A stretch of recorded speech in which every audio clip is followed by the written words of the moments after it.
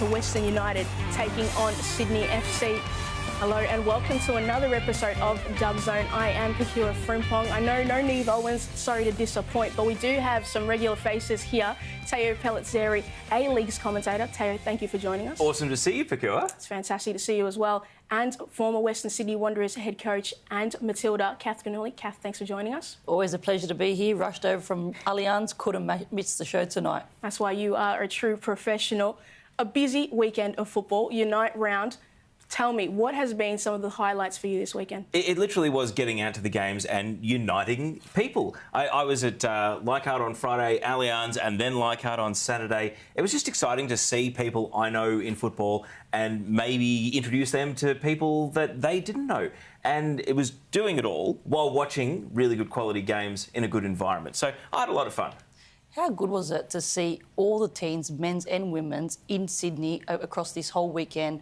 For me, it was so spectacular. So many people catching up across the football world, but to see so many young families get out to the game. I know my family got out to a couple of games as well, which was great to see, and not the regular games that we usually go to. So great stuff in Unite Round. Hopefully we get to see it again next year. Absolutely loving Unite Round and loving what it is.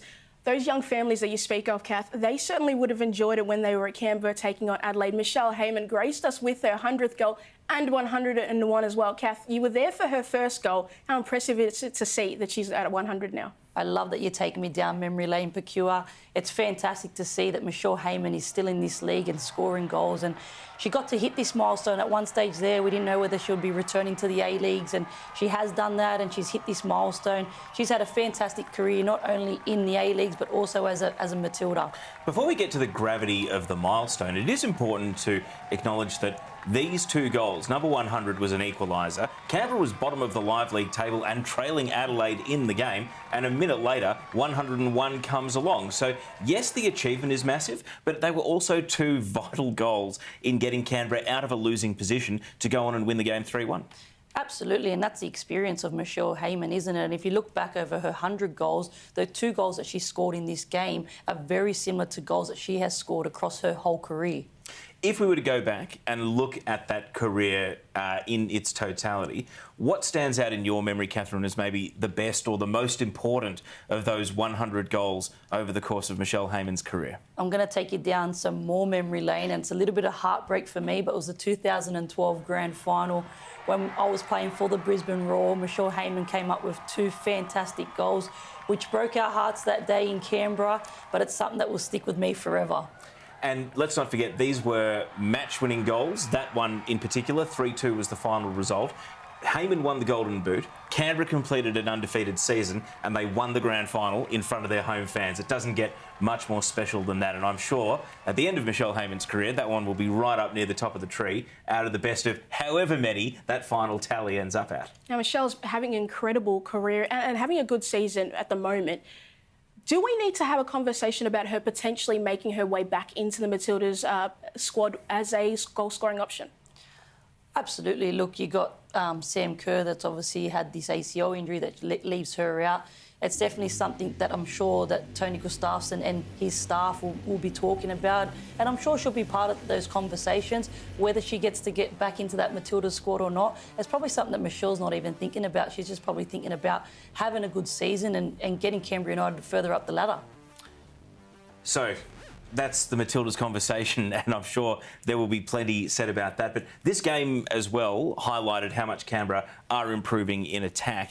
We know that they're a free-scoring team, but they were off the boil for a few weeks there, and it coincided with that little knock to the knee of Vesna Milivojevic.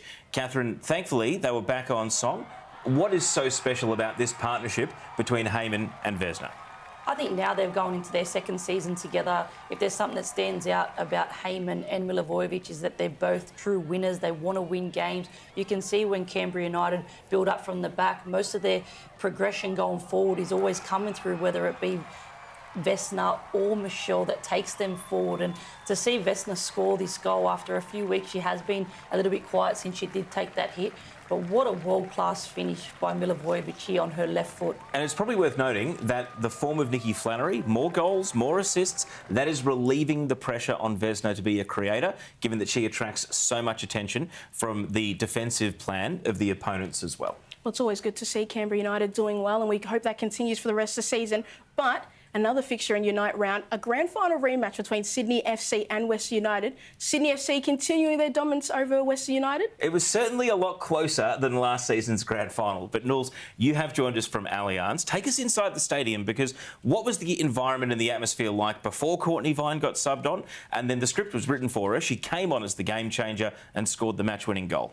Courtney Vine was definitely the game changer in this match. As soon as she came on, you could see the Sydney FC players, their faces just lit up.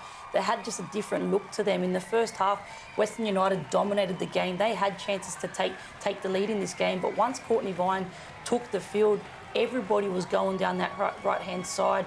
Vlanic was just caught in no man's land in terms of her marking. Courtney Vine, her movement up front, you could see what it meant to her to be on that pitch and playing again. And we spoke to Charlotte McLean post-match. Here's her reaction.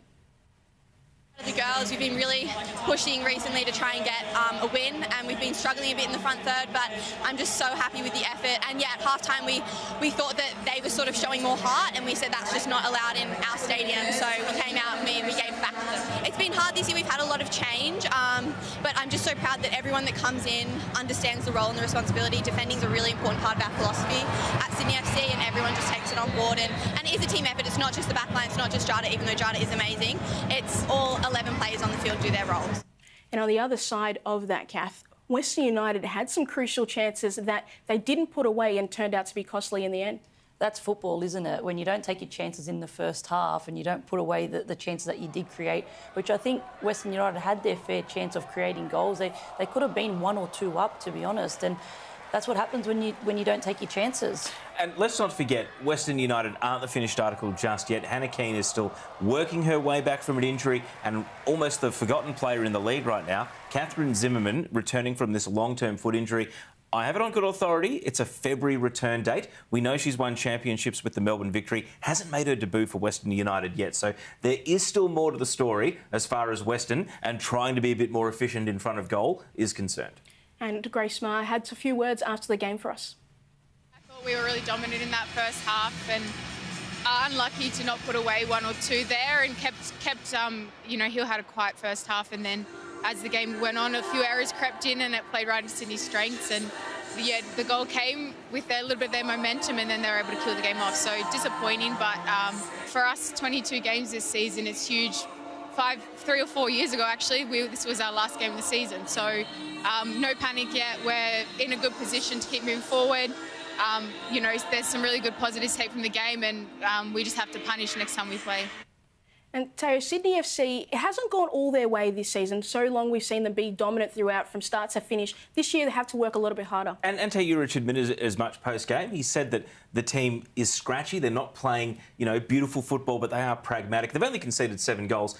They haven't scored 2 in a game since November, though, Catherine. They're on a long run of either 1 or 0. They've played 2 nil-alls this year. We only had 1 nil-all for the entire season, all teams last year. So, given the injury list, is this the Sydney FC reality going forward? This is the reality for them. They look like long-term injuries, so who knows when we'll see these players back in action. But this is where coaching comes into play, and you have to look at your depth and you have to look to change things. You could see today he started with Janea Dos Santos up front. Then he's moved Abby Lemon into that number 9 role, which has been very versatile for Sydney FC this season as well. She's played in multiple positions. But this is where the team needs to get together and dig deep. They haven't had to go through this ever in any season, Sydney FC. They've always been so dominant and always had players at their disposal. But it's great to see that they are getting something out of games and they are still up there in the ladder. Now, somebody did play spoiler. Your former side, Western Sydney Wanderers, played spoiler for Melbourne City. What is Robbie Hooker doing at Western Sydney Wanderers to get them playing like this? Well, I tell you what, given that they conceded 4 last time they played against Melbourne City in a 4-3 loss, the Western Sydney Wanderers have come out today, kept a clean sheet, and it's off the back of Robbie Hooker being announced as extending for another 2 seasons off the back of this one during the week. Holly Casper's first goal in more than 2 years. She was already leading the assists, Catherine, and now she's got a goal. It wouldn't shock me, given the form I've seen from her at NPL level, if she starts adding goals more frequently to her game, because this is her best A-League women's season so far. What do you make of the Wanderers as a collective? I think they've been fantastic. They've really turned their season around, and I think they've become the bogey team for Melbourne City. We know that Melbourne City, love to keep possession of the ball, but the Wanderers are there when needed. They capitalised on a goalkeeper error, and Cath was in the right place at the right time. And for young Caspers as well, confidence builds confidence, and she's been having a great season. I think she's just grown. Not to be too outlandish, her goals to games ratio is somewhat similar to Courtney Vine at the same age. The only difference is Casper's lost a year to an ACL. Courtney didn't. But, as a late developer, as a slow burn, there's lots of good signs there. And we love having some good things and positive things to look forward in the Liberty A-League competition. But for Melbourne City, unfortunate, Rihanna Pollicina missed a crucial penalty. It turned out those 3 points may be crucial at the end of the season. They're huge points lost for Melbourne City, to be honest, but they are still sitting on top of the ladder. That's what happens in football. It's a game of, momentum and how things turn. And you can see here the Danica Matos, the handball in the box, and Rihanna Pollicina steps up to take it, and unfortunately it's just out of character for her. She's absolutely missed the goal altogether. And then you can see here the way she steps up and the disappointment when she leans over her knees. You can see, but credit to Collins. What a fantastic game that she had as well. Melbourne City definitely had the better of the chances in this game, and Western Sydney Wanderers were somewhat limited. But this isn't a great deal different to what happened at AMB Park. The only difference was the quality of the finishing. Melbourne City were 4-1 up in that game, and then Western Sydney brought it back to 4-3. This wasn't the shootout we expected. Bit of luck involved, sure, but also some desperate defending. We see here that Alexia Apostolakis nearly scores a spectacular own goal. Has Vicky Bruce to thank for saving her on the line there. But, you ride your luck. That's football. Collins makes a great save here from Wilkinson, and ultimately that one goal that won them the game came shortly after the penalty that was missed by Pollicina. So you take your chances, and that's an ongoing theme for so many teams in this league. Wanderers did that today and they got the reward. We've seen that across, every week where you see teams go out and dominate, but they don't take their chances, and the other team, scores a goal. It breeds confidence. You could see in the possession stats in this game, I'm pretty sure that Melbourne City dominated with 70% possession to Wanderers 30%, and it's just unfortunate, but we have to give credit to the Wanderers. They've been fantastic, especially in these last few rounds. Talking about credit, I feel like it's time we now need to give the Central Coast Mariners some serious credit, and their top 6 contention, it is red hot at the moment. Cath, I've got to ask, do we need to be legitimate, say, West Central Coast Mariners, they may be just locked in for the top 6? I wouldn't say locked in. I think this competition is super, super tight, and anyone can make this top 6, and that's what makes this competition so exciting, especially at this point in time. And to have this extended season, now it becomes about form and how do they come into the second half of the season. We do have to give credit to the Central Coast Mariners. I think Emily Husband has them set up the way they've set up structure, especially in defence. It's more about when they do go forward, how can they be more convincing in front of goal. But they got the 3 points out of this game, and I thought, Wellington Phoenix as well, really struggled once they did go behind. This was a superb goal from Rolla Badawir. That's a Kiwi international defender in Foster that she gets the better of and then finishes on the tight angle. And then Peter Trimmis with her second goal, only 17 years old. They were behind after 3 minutes, but showed great character to come back. They also named the team to come back. This was their most attacking lineup of the season. Shadeen Evans, back to goal centre forward. We know at her best, she is easily good enough for this league. It's about doing it every game. Shadeen's always had the talent. It's about stringing performances together and consistently performing at that level as a centre forward. Ergamal, Badawir, Trimmis, almost a front four. A little bit out of character, given that the Central Coast normally like to keep it tight. But if anything, conceding early is what drew them out and forced that attack to actually go and do something and take the game on, and they got their reward. They did, and, we've got to give the credit to Emily Husband, and you could see at half-time when she did sub Ergamal and Wardlow, I'm thinking, what is she doing at half-time? But obviously looking forward to their game next Wednesday against Sydney FC as well. But also tactically, the change that she made with Badawir and Trimmis as well, they were on opposite sides of the end, and both of the girls got their goals in the end, and they come away with the 3 points, which is a massive 3 points for them. Now, something that we talked about a lot with Western United last season was that expanding the league gave players second chances and third chances. And two players on their third chance, Bianca Galich and Izzy Gomez. You've coached both of them, either as the head coach or as the assistant coach at Western Sydney Wanderers, Knowles. How pleasing is it for you to see these central midfielders, both still in the earlier years of their career, starting to look a lot more at home at A-League women's level? I mean, the people I was watching the game with were adamant that Galich was the 3 votes in the Dolan medal. They don't vote on it, but they were adamant that she should get the 3. And then Izzy Gomez is someone who has just gone from strength to strength, but that is after playing at Wanderers, then Wellington, and the Mariners are her third stop. Oh, I'm super pleased for both of those girls. They're both true professionals, hard workers, and technically both very, very gifted footballers. And the way that they see things, the way that they can break lines with their passes is just absolute world class. And you can see majority of their build-up from the Central Coast Mariners when it does come through them. Both of them play so beautifully together as well. What does it say about the character of Galich as well? Because she did her ACL in between contracts. You know, finished at Wanderers, Mariners hadn't expanded yet, and she has to do that rehab, come back through the NPL under her husband at Sydney Uni. It just goes to show how mentally tough she's been to get back to this level. Bianca Galich is a top human, such a great footballer and person. She has a great career. She's a physio. She works full-time as well to be able to rehab her ACL and to come back, you know, and play with the Mariners and get back into this form. And you could see she also wore the captain's armband for Taryn King as well on the weekend, which shows that she's got fantastic leadership. But she's just a great footballer, and the expansion of the league and having more teams allows players like Bianca Galich and Isabel Gomez to be able to be playing consistently. And you don't always have to peak at 18, 19 like most people think that they do. They're coming into their straps. Isabel Gomez, 21, has been around for such a long time, but what a talented footballer.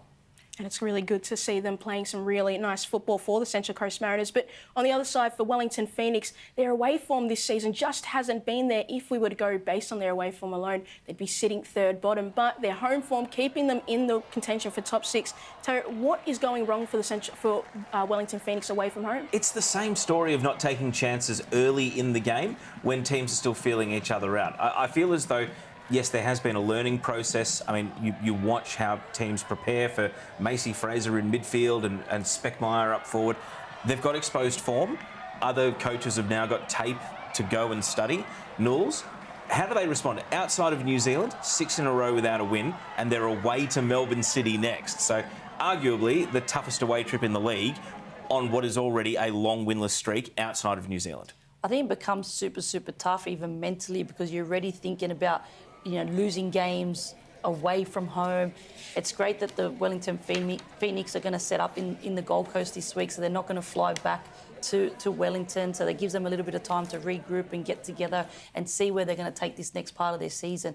They hit the ground running in the start of the season. We know that they're playing great football, but you have to turn that up with results as well. And another side that's not having it all go their own way is the Melbourne Victory. 4 games without a win, Teo. What do they need to do to change their form? It's funny because they did change it up for Unite Round. Correa Aquino omitted from the team. Rachel Lowe, we mentioned earlier in the season on Tub Zone that she was enjoying the midfield and had maybe moved to Victory to spend more time there, but she's back in the number 9 role, Catherine, and yes, she did score Victory's goal in the game, but it shows that Jeff Hopkins is starting to shuffle the pack and look for a winning combination. They weren't great. I think Perth, by their own admission, would say they weren't either. Maybe a draw was a fair result, but Victory had the lead. They had something to hold on to in this game.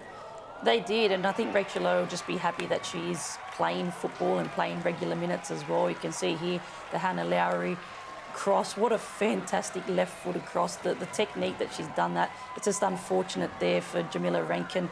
It ends up being an own goal there, which they share the points, but I think both teams would be happy to come away with a point each in that game. I love Grace Maher's comments about let's not panic, it's a long season, lots of games to go, because I feel as though Melbourne Victory's approach to rehabbing Emily Gielnik's calf has been extremely patient. And when she got subbed on, with just over 15 minutes of regulation to go, I thought, that's a long time, you know, but we know Gielnik, you know, is a fitness freak and absolutely, you know, wants to play at 100 miles an hour whenever she's on the pitch. It was a promising return. How far until she starts, though?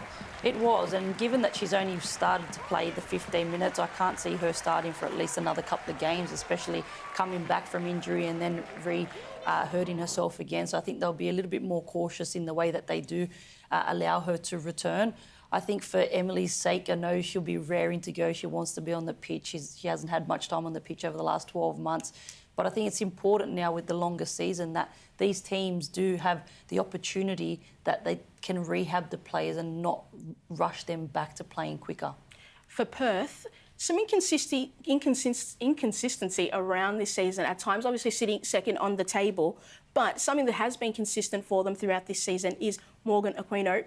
Is she the best keeper in the competition? That's a great question. I think Jordan Silkowitz would have her hat in the ring from the Brisbane Roar, but I mean, Aquino, her form is superb, Catherine. This is a goalkeeper who, wherever she goes, there's almost always a good number 2 keeper for her to battle against. And I almost feel as though Perth Glory signing Sally James, you know, first choice Young Matilda's goalkeeper in her age group when she came through, was almost the perfect spur for Aquino to have to respond, to have to perform. And we know that backup goalkeepers inevitably appear in finals, but as far as Perth are concerned, I think they'd be thrilled that Aquino is being pushed to be at her very best. I think she's probably having her best season yet. I think she's always been in and around squads where there has been like maybe 2 number 1 keepers, and for her to be able to hold this position for her team, and I think she's been outstanding. And again, we talk about, you know, goalkeepers and players maturing. She's been in this competition for such a long time, and there comes a point where you need to hold on to your position, and she's doing just that this season.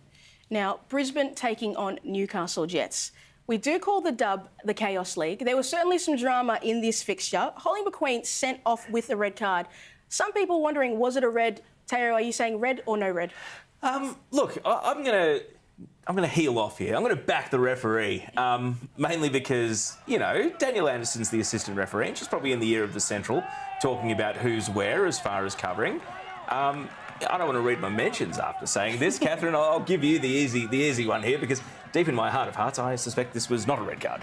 I think Brisbane Roar were really, really hard done by, because this red card absolutely changes the whole game for the Brisbane Roar, and you know, it becomes difficult for them to win the game coming back from this.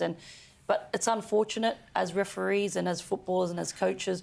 We all make mistakes. We're human, right? But it definitely, in my eyes, it wasn't a red card. You were commentating the game, though.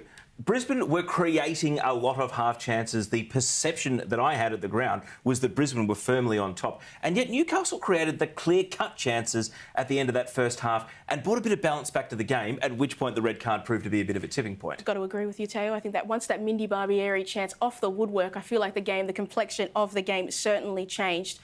For the Newcastle Jets, an important win, an important 3 points, Teo, racing up the table.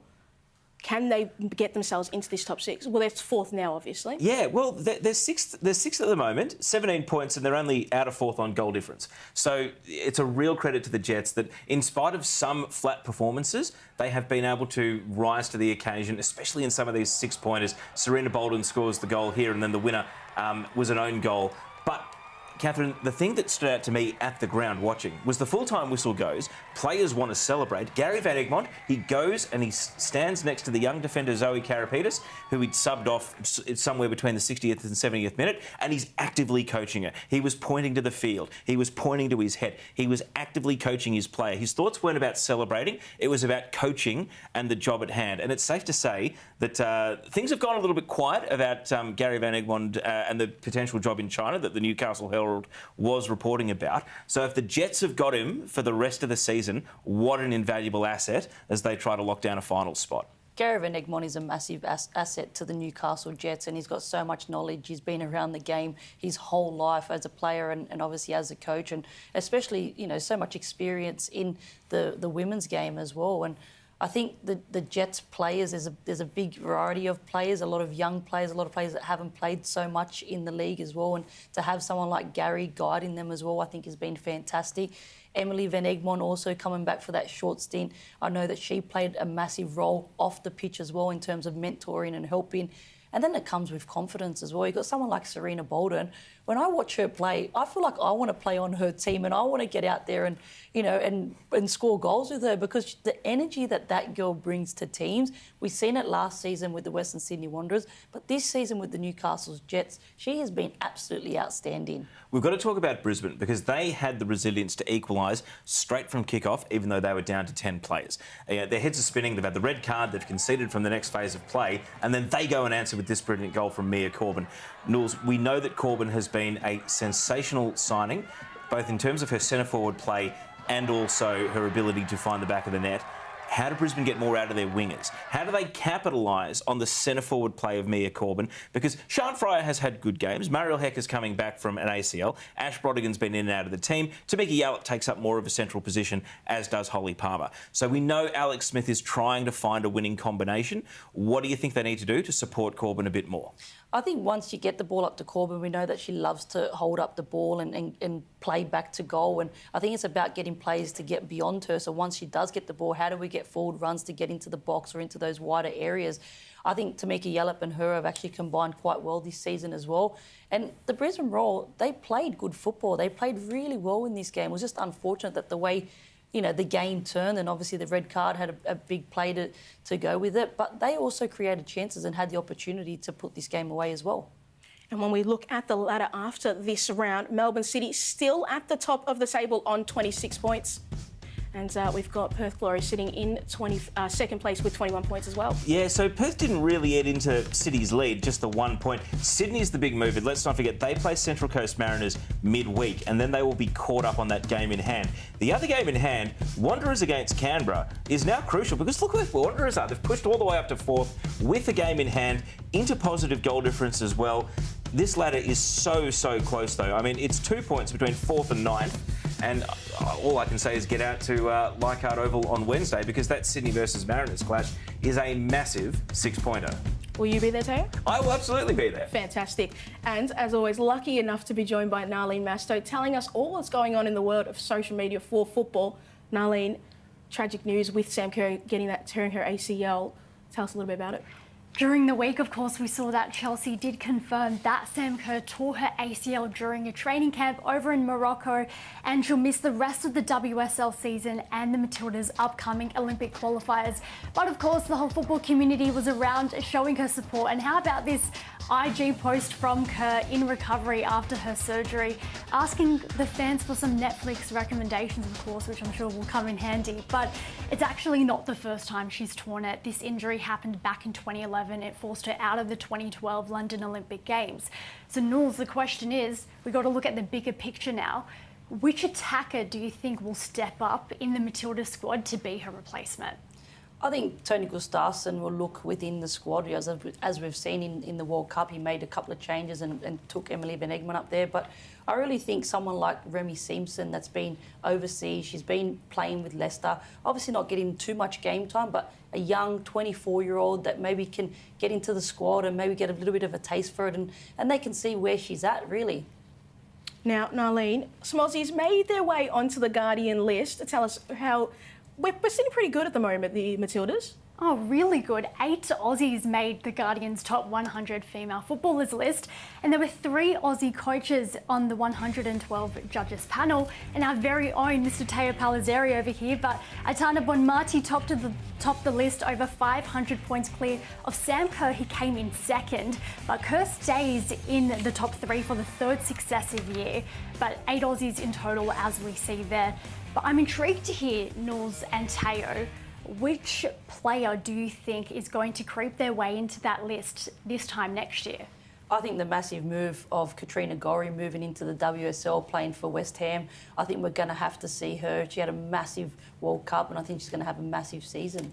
How's going on in there already? I voted for Gorry. She should be in the top 30 as it is. You don't have to be in the WSL to prove a point. Anyway, the Smoky, I would love to see an Australian-based A-League women's player crack the top 100. How do we workshop this? Well, Daniela Galich maybe finishes the season either winning or close to the Dolan, leads Australia through qualifying to the Under-20 World Cup, and at her second Under-20 FIFA Women's World Cup, takes Australia maybe into the knockout rounds.